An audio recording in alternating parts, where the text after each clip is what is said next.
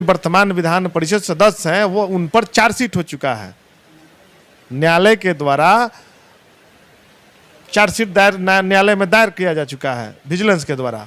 University के घोटाला का आरोप लगा है, पंजीयन घोटाला का आरोप लगा है, कई मामले हैं। हम तो शुरू से बोल रहे हैं कि भोजपुरी भाषा के भी अध्यक्ष बनने का, विभागाध्यक्ष बनने का ये लोग काम किया था और उस कार्यकाल में भी बड़े पैमाने पर करोड़ों का वारा न्यारा हुआ है, उसकी भी जांच होनी चाहिए। 15-16 विद्यालय के पंजीयन का मामला है और करोड़ों की लूट यूनिवर्सिटी में की गई है। वैसे लोगों को क्या सत्ता में बने हुए जिसको हम चुनते हैं अपना प्रतिनिधि, वो क्या स्नातकों की बात कभी सुनने का काम किया है?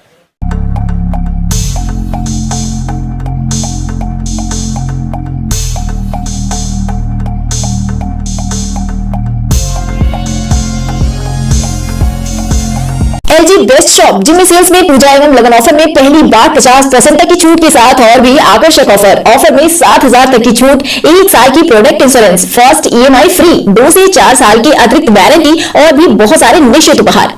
एलजी शोरूम के ठीक ऊपर नीलकमल फर्नीचर शोरूम लेकर आया उपहार ही उपहार के साथ महा छूट मेला, शुभ लगन पैकेज के साथ साथ और भी बहुत कुछ। तो देर क्यों, जल्द ही संपर्क करें Jimmy sales, LG best shop के ऊपर, पुराना किला मोड़, स्टेशन रोड।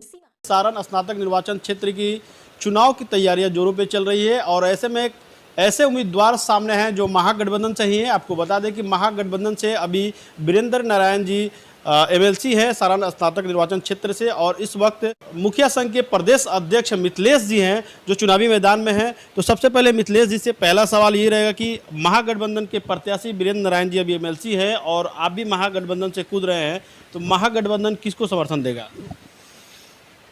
देखिए, महागठबंधन से हम राष्ट्रीय जनता दल से तैयारी कर रहे थे। राष्ट्रीय जनता दल के शीर्ष नेतृत्व से बात हो गई थी, उसके बाद हम लगातार 3 वर्षों से इसमें काम कर रहे थे। लेकिन 2 माह पूर्व महागठबंधन में जनता दल यूनाइटेड और राष्ट्रीय जनता दल का आपस में गठबंधन हुआ और नई सरकार बनी। तो नई सरकार बनी तो उसके बाद बनने के बाद हुआ कि महागठबंधन का प्रत्याशी कौन होगा, ये सवाल लाजमी है, कोई पूछ सकता है कौन हो सकता है। तो सबसे बड़ी बात ये मैं कहना चाहता हूँ कि कोई पार्टियाँ, कोई या राष्ट्रीय जनता दल हो या जनता दल यूनाइटेड हो, सभी लोग चुनाव जीतने के लिए कैंडिडेट लड़ाते हैं। तो मेरा शुरू से ही लगातार हम प्रयासरत थे और कई इशू पर प्रकाश डालने का कभी काम किए कि भाई जो हमारे महागठबंधन, अभी महागठबंधन लेकिन पूर्व में जो प्रत्याशी रहे हैं विधान परिषद सदस्य जो वर्तमान में हैं और पूर्व में भी जो रह चुके हैं, ये 42 साल के कार्यकाल के दौरान ये लोग रहने का काम किया है। लेकिन पूरे यूनिवर्सिटी और सारा स्नातक और बेरोजगारों का मुद्दा, कोई मुद्दा ये लोग उठाने का काम नहीं किए। अब रही बात कि ये मुद्दा हम तो लगातार आरोप लगाते थे और वह आरोप आज माननीय उच्च न्यायालय के द्वारा साबित भी कर दिया गया और आज माननीय जो वर्तमान विधान परिषद सदस्य हैं वो उन पर चार्जशीट हो चुका है। न्यायालय के द्वारा चार्जशीट दायर न्यायालय में दायर किया जा चुका है विजिलेंस के द्वारा। यूनिवर्सिटी के घोटाला का आरोप लगा है, पंजीयन घोटाला का आरोप लगा है, कई मामले हैं। हम तो शुरू से बोल रहे हैं कि भोजपुरी भाषा के भी अध्यक्ष बनने का, विभागाध्यक्ष बनने का ये लोग काम किया था और उस कार्यकाल में भी बड़े पैमाने पर करोड़ों का वारा न्यारा हुआ है, उसकी भी जांच होनी चाहिए। और एक विद्यालय के पंजीयन का मामला नहीं है, ये 15-16 विद्यालय के पंजीयन का मामला है और करोड़ों की लूट यूनिवर्सिटी में की गई है। वैसे लोगों को क्या सत्ता में बने हुए जिसको हम चुनते हैं अपना प्रतिनिधि, वो क्या स्नातकों की बात कभी सुनने का काम किया है? बेरोजगारों की बात कभी सुनने का वो काम किए हैं? ये तथाकथित जो भी हमारे रहे हैं, हम तो शुरू से कह रहे हैं कि ये लोग अब थक चुके हैं, इनसे जनता ऊब चुकी है। अब ये कहीं कोई जनप्रतिनिधि बनने लायक नहीं है। हम तो शुरू से कहीं इन लोगों को तो संन्यास ले लेना चाहिए, कहीं जाके। इसकी बात कर रहे हैं? मैं जो वर्तमान में है उनकी बात करता हूं। एक महागठबंधन का नेता महागठबंधन के एमएलसी पे इस तरह से बैंक नहीं, मैं महागठबंधन आदरणीय नीतीश जी, आदरणीय लालू जी और आदरणीय तेजस्वी जी के विचारों से सहमत हूं और उन विचारों से मैं महागठबंधन की आलोचना नहीं कर रहा हूं। मैं व्यक्ति विशेष की आलोचना कर रहा हूं कि उनके द्वारा कैंडिडेट हमारे सत्ता में हम सिद्धांत है हमारे माननीय मुख्यमंत्री का सीधा देख, कभी भी माननीय मुख्यमंत्री जी करप्शन से समझौता नहीं किए हैं। आज तक करप्शन से कभी माननीय मुख्यमंत्री जी समझौता नहीं किए हैं। इसी का कारण है कि माननीय मुख्यमंत्री जी बिहार में 17 साल से राज किए हैं और 17 वर्षों से मुख्यमंत्री हैं और उनके सिद्धांत को पलीता लगाने का काम किए हैं वर्तमान विधान पार्षद। आप मानते हैं कि तैयारी कर रहे हैं। आप मानते हैं कि नीतीश कुमार जी ने उनको टिकट दे के गलती की थी, गलत आदमी को टिकट नहीं, टिकट देने के समय गलती नहीं हुआ था। माननीय मुख्यमंत्री जी उस समय भी ये महागठबंधन से थे। मैं नहीं कहता हूँ कि ये टिकट देने के, माननीय मुख्यमंत्री जी तो अपना सही किए थे। इनका जो कारनामा था वो खुद थोड़े जानते थे माननीय मुख्यमंत्री जी। माननीय मुख्यमंत्री जी इनका कारनामा नहीं जानते थे। ये तो अब मामला उजागर हुआ है कि ये लोग सत्ता में रह करके किस प्रकार से काम किया है, अब उजागर हुआ है। हम तो शुरू से भी आरोप लगाते हैं, व्यक्तिगत आरोप उन पर है, ये नहीं है। महागठबंधन निर्णय जो करना है, अरे राष्ट्रीय जनता दल और जनता दल यूनाइटेड दोनों को निर्णय करना है और दोनों दल के लोग आपस में बैठेंगे और जो कैंडिडेट जिस पर निर्णय होगा, मैं नहीं कहता हूं कि वीरेंद्र नारायण यादव जनता दल यूनाइटेड के प्रत्याशी हैं, एमएलसी हैं, वो भी हैं, हम भी हैं, दावेदारी हैं, तो क्या मेरा हक नहीं बनता है? हम भी दावेदारी करेंगे। हम राष्ट्रीय जनता दल में हैं, जनता दल यूनाइटेड के समर्थन में है, तो मेरा हक बनता है। मैं भी चाहता हूँ कि नहीं भाई, ऐसे लोग अब जो थक चुके हैं, वैसे लोग अब इस फील्ड में उनको स्वतः छोड़ देना चाहिए। वीरेंद्र नारायण पे आरोप लगा रहे हैं, क्या क्या घोटालों का आरोप है? अब तो कहना क्या है, अब तो कोर्ट में और विजिलेंस में मामला चल रहा है। पंजीयन घोटाला का आरोप है और कई आरोप है जिस पर हम नहीं कह सकते हैं। सभी आरोप धीरे धीरे उजागर हो जाएंगे। तो हम ये नहीं कहते हैं, अब समय अभी कम है। सभी लोगों से मेरा एक अपील है, महागठबंधन के जितने भी साथी हैं, जनता दल यूनाइटेड के, राष्ट्रीय जनता दल के, कि सभी लोग ज़्यादा से ज़्यादा लोगों को स्नातक में मतदाता बनाने का काम करिए और परिवर्तन करिए। सबको आप देख चुके हैं, मुझे एक बार देखिए, हम अपनी बातों को मिथिलेश जी, वोटर वो मैं आपसे बाद में अपील आपसे पूछ लेंगे। वोटर ये जानना चाहेंगे कि अभी जो आप चुनाव आ रहा है तो आवाज़ उठा रहे हैं, पहले आपने क्यों नहीं आवाज़ उठाया? देखिए, अभी जब से हम घूम रहे हैं उस समय से लगातार हम आवाज़ को उठाने का काम किए हैं और लगातार, जब अभी चुनाव का समय से नहीं हम उठा रहे हैं। हम चंपारण का दौरा किए हैं, पूर्वी पश्चिमी चंपारण, सभी जगह एक ही मेरा सवाल था कि इन लोग अगर किया है, श्वेत पत्र जारी करें ये लोग, नहीं तो हम जारी करेंगे। इनके द्वारा क्या किया गया है और पूर्व के द्वारा क्या किया है। एक आदमी 36 साल रहने का काम किए हैं, वे भी क्या किए हैं।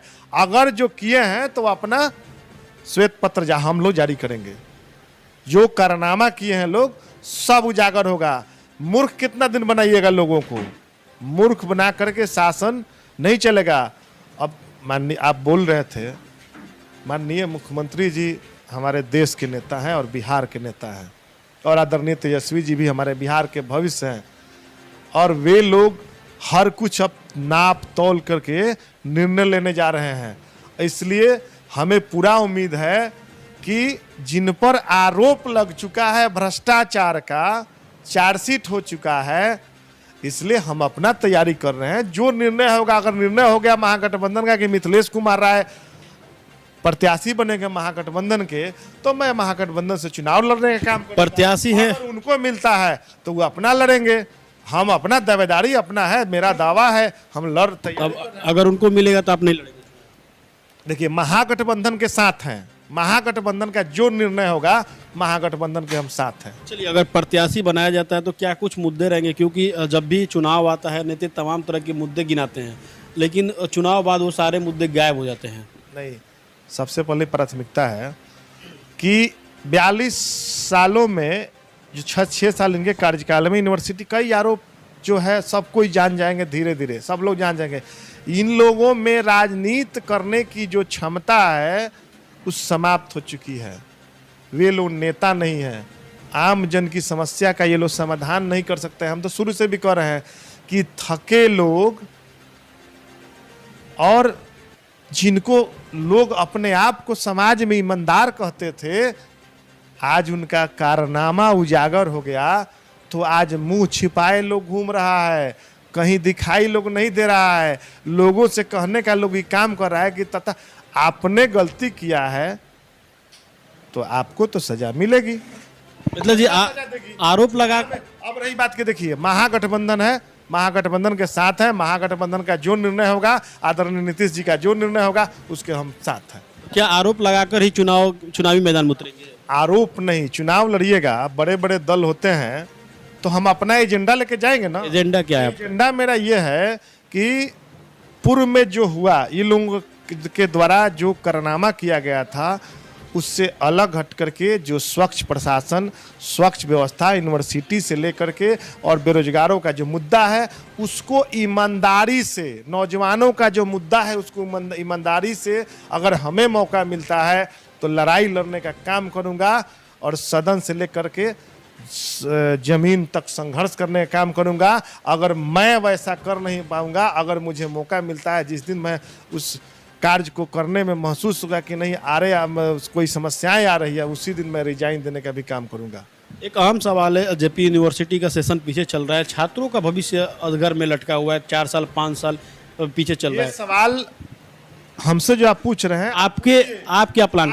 नहीं, ये मेरा प्लान, हम लगातार आवाज उठाए थे। हम VC से आप VC से भी मिले थे, सब लोगों से मिले हैं। हम लोगों के प्रेशर के बदौलत और सरकार के प्रतिनिधि से भी, शिक्षा मंत्री से भी, सभी से हम लोग मिले हैं।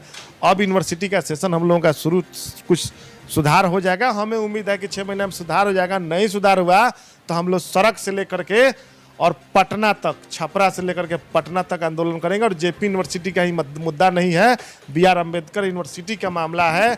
और बहुत चंपारण की भी समस्याएं हैं, गोपालगंज की समस्याएं हैं, सिवान की समस्याएं हैं। सभी जगह कॉलेजों का, जो भी कॉलेज कार्यरत जो मतलब हैं जेपी यूनिवर्सिटी से संबद्धता प्राप्त किए हैं, सभी जगह सभी की समस्या। अहम सवाल है, आपकी सरकार है, लाखों का महीना दिया जाता है प्रोफेसर को, इसके बावजूद जो भी छात्र हैं उनको बाहर कोचिंग पढ़ना पड़ता है, तो कहीं ना कहीं कॉलेज में उस तरह की पढ़ाई नहीं हो पाती है। इस बार सरकार सजग है और अभी जो पूरी तरह निष्पक्षता के साथ कार्य किया जा रहा है। और माननीय मुख्यमंत्री जी के निर्णय के प्रति सभी लोगों को सजग रहना पड़ेगा। और आदरणीय मुख्यमंत्री चाहे वो प्रोफेसर हो, डॉक्टर हो, किसी सेक्टर में चले जाइए, सभी जगह पारदर्शी तरीके से काम होगा। अगर शिक्षक हैं तो उन्हें पढ़ाना पड़ेगा, नहीं पढ़ाना पड़ेगा तो वेतन उनको नहीं उठाना पड़ेगा, बर्खास्त भी होंगे। स्वास्थ्य में भी बर्खास्त हो रहे हैं लोग, तो क्या प्रोफेसर लोग बर्खास्त नहीं होंगे? पर नहीं पढ़ाएंगे तो बर्खास्त होंगे। नियोजित शिक्षकों की बहुत सारी समस्याएं हैं, उनको नियोजित शिक्षकों की समस्याएं पर सरकार गंभीर है और हम लोग भी अपना आवाज उठाने का काम किए हैं। और उम्मीद करते हैं कि नियोजित शिक्षक की जो भी समस्याएं हैं उसको हम लोग भी अपने स्तर से उठा रहे हैं, वो लोग भी उठा रहे हैं। और जहां जरूरत पड़ेगी नियोजित शिक्षकों के साथ हम लोग हैं खड़े। एक अहम सवाल है, आपकी सरकार है, रोजगार सबसे बड़ा मुद्दा है। ग्रेजुएट करने के बाद छात्रों के पास रोजगार का कोई अवसर नहीं दिख रहा है, ना कोई फैक्ट्री है, ना कुछ है, बेरोजगारी का दंश उन्हें झेलना पड़ रहा है, तो उसको लेकर आप लोग किस तरह से सजाए? हमारी सरकार पहल कर रही है और माननीय तेजस्वी जी का जो वादा था कि 10 लाख रोजगार देंगे, उस मिशन पर काम चल रहा है। अब रही बात की रोजगार की सवाल, तो हम लोगों से करने की आवश्यकता नहीं है।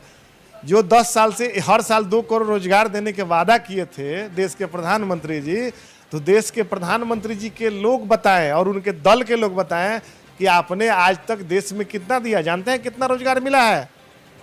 मात्र 2 करोड़ वादा करने वाले लोग 7 लाख ही रोजगार दे पाए 8 वर्षों में। ठीक है, तो अगर वो वादे करके मुकर गए तो आप भी मुकर जाइएगा 10 लाख वाले? हम लोग काम चल रहा है, रोजगार शुरू हो गया बिहार में। और रही बात की बेरोजगारों का मामला है, तो बेरोजगारी भत्ता भी सरकार देने जा रही है और उसके लिए भी सरकार पहल माननीय मुख्यमंत्री जी कर रहे हैं। और हम लोग मजबूती से स्नातक क्षेत्र में भी घूम घूम के आवाज़ उठाने का काम करेंगे कि स्नातक बेरोजगारों को भी बेरोजगारी भत्ता मिलना चाहिए। क्या अपील करेंगे वोटर्स? हम लोग सबसे यही अपील है कि सबसे पहले आप मतदाता बनिए। अगर परिवर्तन चाहते हैं और नया युग लाना चाहते हैं तो सबसे मेरा अपील है, करबद्ध प्रार्थना है, अपील है कि सब एक दूसरे को जोड़ करके और किसी न किसी रूप में जहां भी जो छूटे हुए हैं, बाहर भी हैं, सबको 7 नवंबर तक प्रक्रिया चलेगा। उसके पहले सभी लोग हर हाल में जिनका नाम पहले था उनको भी नाम जुड़वाना है। सभी लोग लगिए और नाम जुड़वाने का काम करिए ताकि अपना हक और अधिकार की लड़ाई लड़ने में अपने मत का अधिकार का प्रयोग कर सके।